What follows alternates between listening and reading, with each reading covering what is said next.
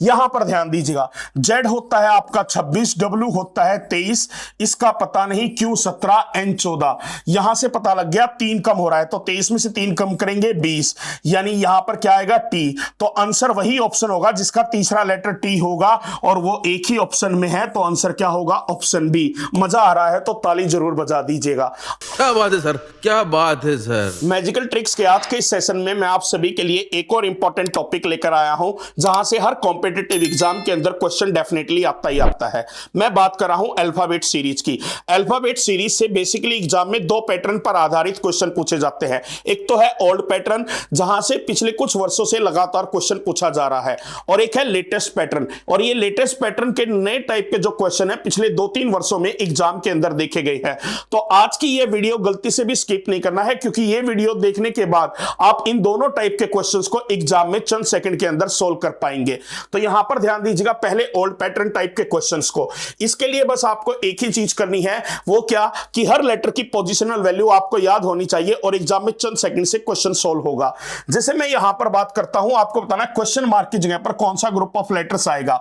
तो यहां पर पहले लेटर्स को कंपेयर करो। जी होता है 7, जे होता है 10, एम होता है 13, पी होता है 16। 3 का गैप है, तो 16 + 3 19, यानी पहला लेटर क्या होगा, एस। तो ना तो ऑप्शन बी आंसर होगा, ना ही सी आंसर होगा। सी होता है 3, एच होता है 8, एम होता है 13, और आर होता है 18। तो दूसरे लेटर में 5 का गैप है, तो 18 और 5 23, यानी दूसरा लेटर क्या होगा, डब्ल्यू। वो एक ही ऑप्शन में है, तो क्वेश्चन का आंसर 100% क्या होगा, ऑप्शन ए। हाँ, विश्वास कीजिएगा, ऐसे ही आपको एग्जाम में अप्रोच करना है। जैसे ये वाला क्वेश्चन है, I no M 13, Q 17, U 21। कितने का गैप है, 4 का, तो 21 और 4 25, यानी पहला लेटर क्या होगा आपका, वाई। तो ऑप्शन ए आंसर नहीं बनेगा। एम होता है 13, पी होता है 16, एस होता है 19, वी होता है 22। 3 का गैप है, तो 22 और 3 25, दूसरा लेटर क्या होगा, वाई। तो ऑप्शन सी भी आंसर नहीं होगा। एच होता है 8, जे होता है 10, एल 12, एन 14। 2 का गैप है, तो 14 और 2 16, यानी तीसरा लेटर क्या होगा, पी। तो कंफर्म हो गया, आंसर क्या होगा, बी। नेक्स्ट क्वेश्चन बच्चों, यहां पर ध्यान देना। कई बार एग्जाम में देखना बिल्कुल सिंपल भी आ जाता है। डी से अगला लेटर होता है ई, तो ई से अगला लेटर क्या होगा, एफ, क्योंकि एफ से अगला लेटर जी, और जी से अगला लेटर एच, और एक ही ऑप्शन में है जिसमें पहला लेटर एफ है, तो आंसर होगा ऑप्शन डी। बिल्कुल एग्जाम में ऐसे ही अप्रोच करना है, समय यदि बचाना है। यहां पर देखना बच्चों, जे कितना होता है 10, एन होता है 14, आर होता है 18। कितने का गैप है, 4 का, तो 18 और 4 22, यानी पहला लेटर क्या होगा, वी। तो ये दोनों एलिमिनेट हो जाएंगे। अब डी होता है 4, डब्ल्यू होता है 23, पी होता है 16। यहां से पता लग गया 7 कम हो रहा है, तो 16 में से 7 कम करेंगे 9, यानी दूसरा लेटर क्या होगा, आई। तो कंफर्म हो चुका है, क्वेश्चन का आंसर क्या बनेगा, ऑप्शन ए। बिल्कुल एग्जाम में ऐसे ही करना है। अगले क्वेश्चन पर ध्यान देना बच्चों। वाई कितना होता है, 25 होता है, क्यू होता है 17, एम 13, आई 9। यहां से पता लग गया 4 का गैप है, तो 25 में से 4 कम करेंगे 21, यानी पहला लेटर क्या होगा, यू। तो ऑप्शन डी आपका एलिमिनेट हो गया। जेड होता है आपका 26, टी होता है 20, क्यू होता है 17, एन होता है 14। यहां भी 3 का गैप है, तो 26 में से 3 कम करेंगे 23, यानी दूसरा लेटर क्या होगा, डब्ल्यू। तो ये भी आपका आंसर नहीं होगा। तीसरे पर आए, यू 21 है, क्यू 17 है, ओ 15 है, एम 13 है। तो यहां से पता चलता है 2 का गैप है, तो 21 में से 2 कम करेंगे 19, और 19वें स्थान पर कौन सा लेटर, एस, यानी क्वेश्चन का आंसर क्या बन जाएगा, ऑप्शन ए बन जाएगा। बिल्कुल बच्चों ऐसे ही करना है। अगला ध्यान दीजिएगा, जी 7, जेड 26, एस 19। पर अरे ये क्या कर रहे हैं आप, ऑप्शन को पैरेलली माइंड के अंदर लेकर चलोगे, तो आपने यहां पर ध्यान दिया कि पहला लेटर तो सभी का कॉमन है, तो एग्जाम में क्या करना है, ऑप्शन को साथ के साथ देखते हुए चलोगे, तो आप पहले लेटर पे अपना टाइम वेस्ट नहीं करोगे, क्योंकि वो तो सभी में कॉमन है ऑप्शन में। तो आप चेक किसको करोगे, अब दूसरे लेटर को। ई कितना होता है 5, एक्स होता है 24, क्यू 17। तो 24 में से 7 गए, 17 17, तो 17 में से 7 गए 10, यानी दूसरा लेटर क्या होगा, जे होगा। तो ये दोनों एलिमिनेट हो गए। अब इन दोनों ऑप्शन में देखना, अगला लेटर भी क्या है आपका, के कॉमन है। तो अब केवल लास्ट वाले को चेक करो। एच होता है 8, ए होता है 1, यानी 7 कम हुआ है। तो 20 में से 7 कम कर देंगे 13, यानी आखिरी लेटर क्या होना चाहिए, एम। तो क्वेश्चन का आंसर बन जाएगा ऑप्शन बी। अब आप सभी पता है क्या करेंगे, जल्दी से जो ये क्वेश्चन है ना, इसका आंसर मुझे कमेंट करके बताएंगे। अब मैं आपको बताता हूं लेटेस्ट पैटर्न के क्वेश्चन को कैसे सोल्व करना है। इस टाइप को क्वेश्चन को देखते ही एग्जाम में बच्चे कंफ्यूज हो जाते हैं।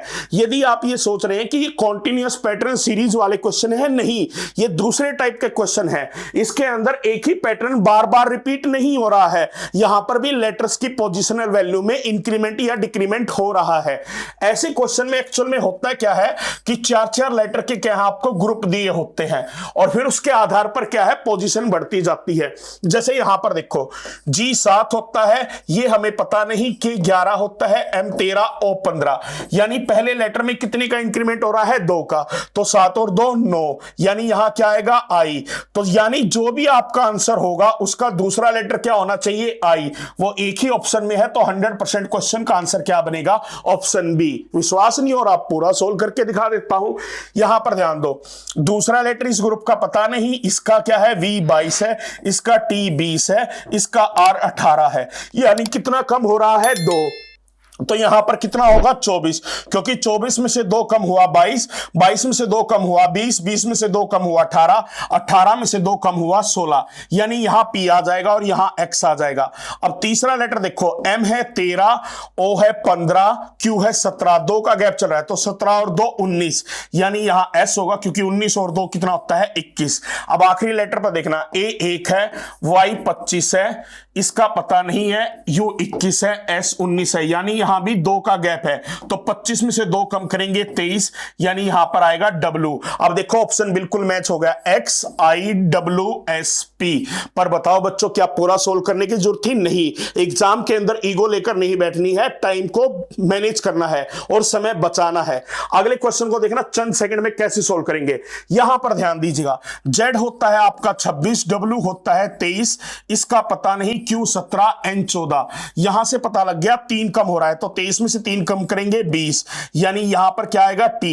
तो आंसर वही ऑप्शन होगा जिसका तीसरा लेटर T होगा और वो एक ही ऑप्शन में है, तो आंसर क्या होगा, ऑप्शन बी। मजा आ रहा है तो ताली जरूर बजा दीजिएगा।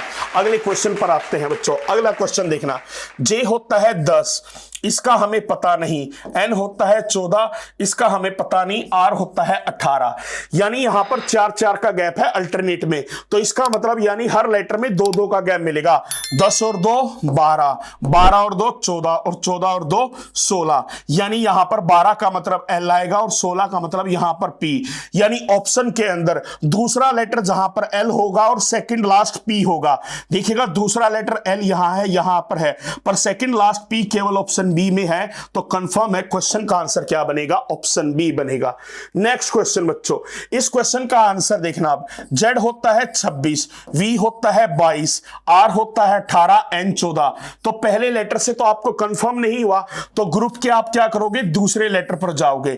दूसरे पर आप गए, यहां का पता नहीं है, Z 26 है, यहां का पता नहीं है और P 16 है। यहां पर तो ज्यादा अंतर आ गया, आपका 10 का गैप है, तो आपको ये दोनों लेटर को एनालाइज करने में प्रॉब्लम है, तो किसी दूसरे से एनालाइज कर लो, इसके साथ एनालाइज करना जरूरी छोड़ा है। ये T 20 होता है, V 22 होता है, X 24 होता है, यानी 2 का गैप है, तो 24 और 2 26, यानी आखिरी लेटर Z होना चाहिए, वो एक ही ऑप्शन में है, तो कंफर्म क्वेश्चन का आंसर क्या बन गया, ऑप्शन सी बन गया।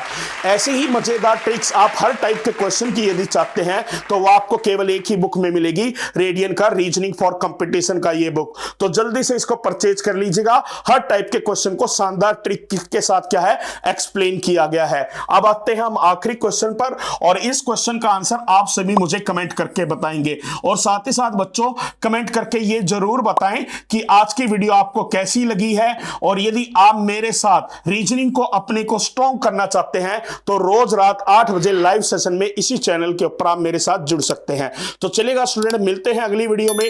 Till then take care, good bye.